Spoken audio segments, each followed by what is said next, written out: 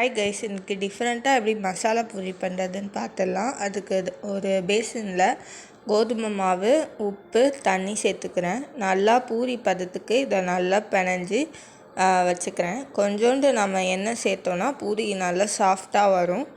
இப்போ இந்த மாவை அப்படியே ஒரு சைடில் வச்சிடலாம். மசாலா ரெடி பண்ணிடலாம் வாங்க. அதுக்கு 4 உருளைக்கிழங்கு எடுத்திருக்கேன் பெருசாக. அதை குக்கரில் வேக வச்சு தோலை நீக்கி மசித்து நான் வச்சுருக்கேன். இப்போ பேனில் கொஞ்சோண்டு எண்ணெய் சேர்த்து கடுகு பொரிஞ்சதும் அது கூட வத்தல், கருவேப்பிலை சேர்த்து நல்லா அது பொரியட்டும். இது கூடவே நம்ம நறுக்கிய வெங்காயம் சேர்த்துக்கலாம். இதை நல்லா இந்த மாதிரி ஃப்ரை பண்ணி விட்டுருங்க. நல்லா வதக்கிட்டு அது கூட நம்ம இப்போ நறுக்கின இஞ்சியும் பச்சை மிளகாவும் சேர்த்துக்கலாம். சின்ன சின்னதாக கட் பண்ணிக்கோங்க.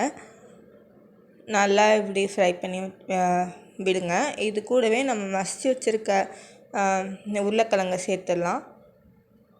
இது கூட மஞ்சள் தூள், உப்பு சேர்த்துடலாம்.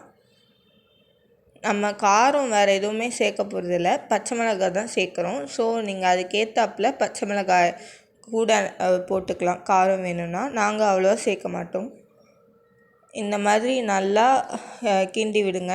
நல்லா மசாலா ஸ்ப்ரெட் ஆகணும். ஸோ நிறையா வேணும்னா இந்த மாதிரி நீங்கள் கொஞ்சம் கொஞ்சமாக பிரேக் பண்ணி விடுங்க.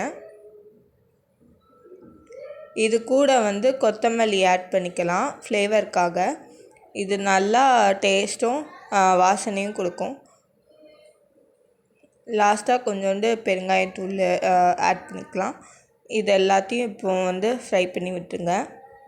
இப்போ பூரிக்கு நம்ம மாவு ரெடி பண்ணிட்டோம்ல, இப்போ பூரியை உருட்ட ஸ்டார்ட் பண்ணிடலாம்.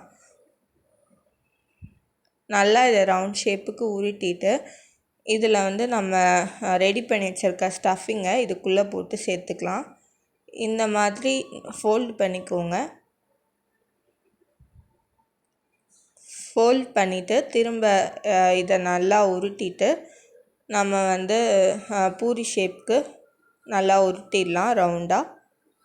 இப்போ அந்த மசாலா நல்லா இது கூட செட் ஆயிரும். இதை எண்ணெயில் போட்டு நல்லா டீப் ஃப்ரை பண்ணி எடுத்துக்கலாம். அவ்வளோதாங்க, கிறிஸ்பியான மசாலா பூரி ரெடி. இதுக்கு சைடிஷ்ஷே தேவையில்லை, நீங்கள் அப்படியே கூட சாப்பிட்லாம். ரொம்பவே டேஸ்ட்டாக இருக்கும். நீங்கள் வீட்டில் ட்ரை பண்ணி பார்த்துட்டு கமெண்ட் பண்ணுங்கள் எப்படி இருக்குன்ட்டு. அவ்வளோதாங்க, ஈஸியான மசாலா பூரி ரெடி ஆயிடுச்சு. நல்லா இருந்தால் ஷேர் பண்ணுங்கள், சப்ஸ்கிரைப் பண்ணுங்கள், லைக் பண்ணுங்கள்.